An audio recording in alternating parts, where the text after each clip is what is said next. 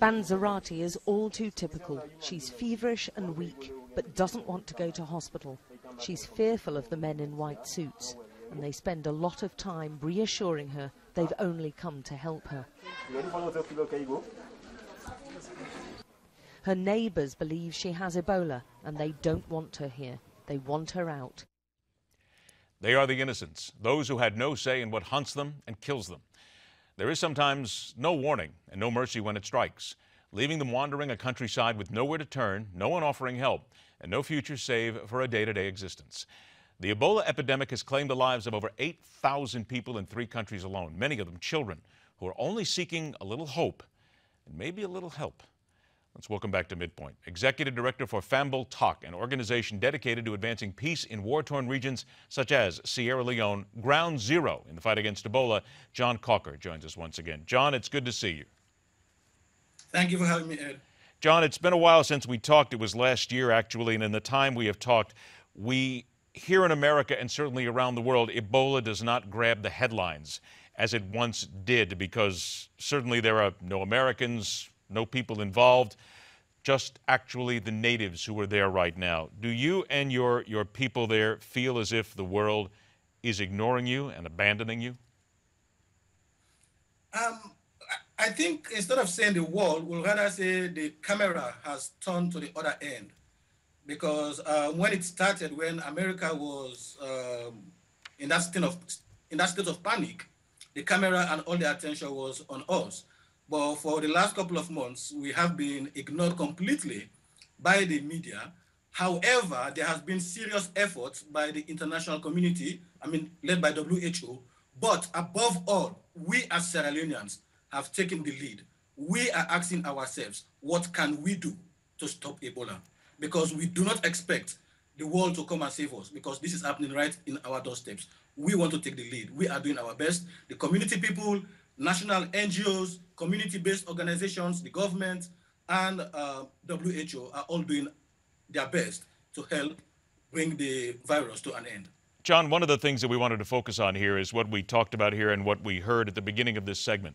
The fact that there are people there, mostly children, whose parents die of Ebola and are simply turned away in the streets. They simply have nowhere to go. Tell us a little bit more about that and what, if anything, is being done, because many of these kids are not infected with the disease and they simply have nowhere to go. This is a serious challenge that we have to grapple with for a long time, because parents have died, they've left their children, and because of the fear, the stigmatization, we have to really double our effort to get community members to accept these children.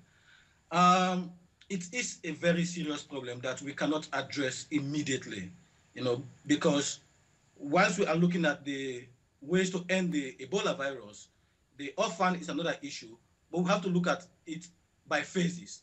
So for now, we are just trying to put the children in a makeshift houses in communities, but hopefully at the end of the virus, we'll look at community interventions, because we want to shy away from institutionalizing children, in the form of orphanages. We believe every child has some amount of connection in the communities. Their uncle, their aunt, we don't want to get them outside of the community. We want to see what we can do as a community to accept these children as part of us and continue to live in the communities.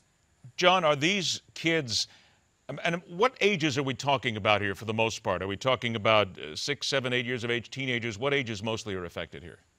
We're looking at as young as 2 months. We're looking at as young as 2 months. And we also have some children who went into the treatment center with their parents, but they survived and their parents did not survive. So the first challenge is to reunite them with their family, because these children cannot communicate.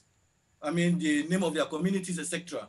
So that is a huge challenge. But we are working with the community members to sort of trace these people with the international organization on a family tracing. But it is a very, very, very serious concern that we will expect some international support to address the issue of orphanages. But the approach should be that of within the community. We'll really frown at looking at institutionalizing children, because in Sierra Leone, we believe it takes a community, it takes a village to raise a child.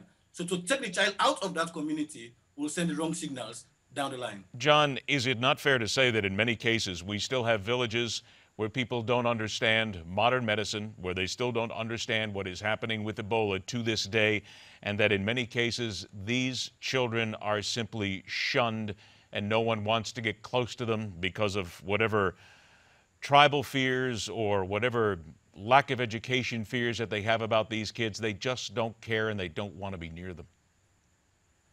I will not disagree with you entirely. However, we are doing our best. We've set up a network called Bridging Communities Network to address some of these issues, because we believe NGOs are not everywhere, but in communities, there are people, there are stakeholders who will be able to draw our attention to such issues. So we are working with community stakeholders to draw our attention so we can go in and engage communities to understand that Ebola is a sickness, it's a virus.